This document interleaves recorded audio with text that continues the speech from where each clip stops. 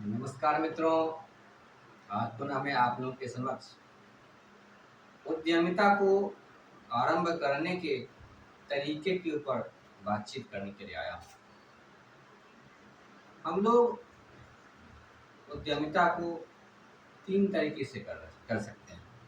एक तरीका तो जो पूंजी की आवश्यकता है, जो काम आप करना चाहते हैं उसमें जितनी पूंजी की ज़रूरत है उतना आपके पास खुद ही हो तो आप उसे लगाएं। दूसरा, हम बैंक से ऋण लेते हैं।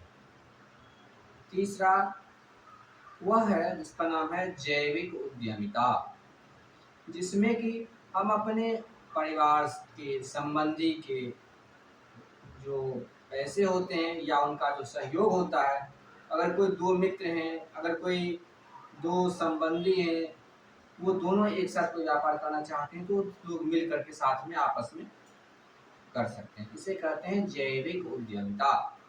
जैविक उद्यमिता में सहयोग भी मिलता है, खतरे कम होते हैं, दोनों एक दूसरे के प्रति सहानुभूति रखते हैं और मिलजुल कर काम करते हैं।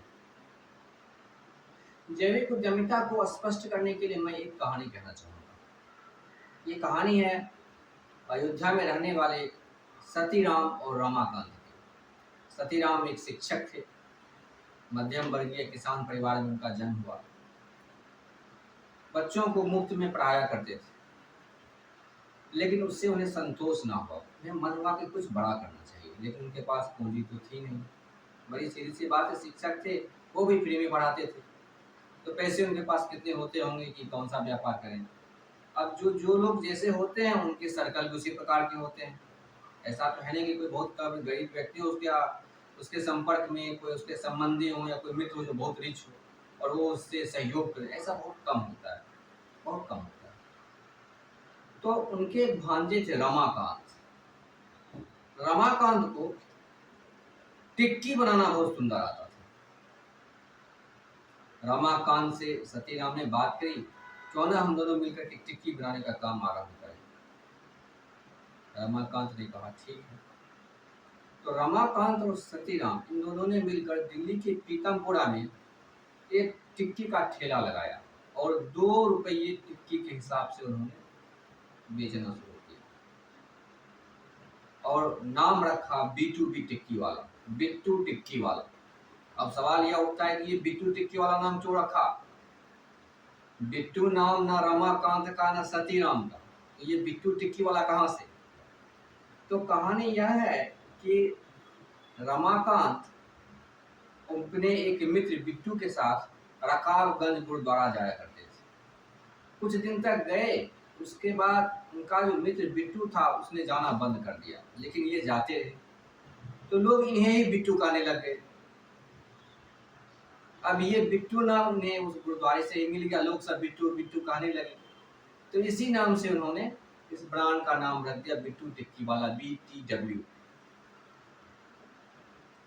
आज सुभाष नगर में उनका मार्केटिंग ऑफिस है। 12,000 लोग इनके अंदर काम करते हैं। 14 से अधिक स्टोर्स हैं, फूड चेन स्टोर्स हैं, पैकेज स्टोर हैं, 14 से अधिक दिल्ली में। और आज ये एक सफल उद्यमी है। इनके सक्सेस की कहानी MBA के छात्रों को पढ़ाई जाती है। अब इन्होंने किया कैसे? इनके पास पूंजी तो थी नहीं।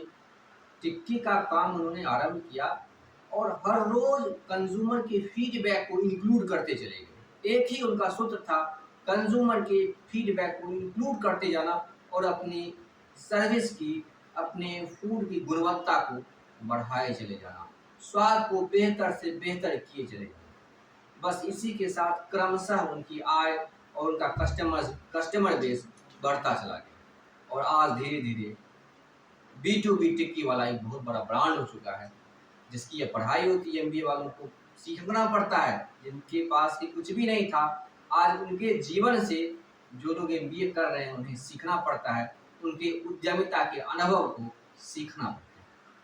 आशा करता हूँ मित्रों कि इस कहानी से आपको जैविक उद्यमिता समझ में आई होगी। यह एक अनुप्रयोग है जैविक उद्यमिता का।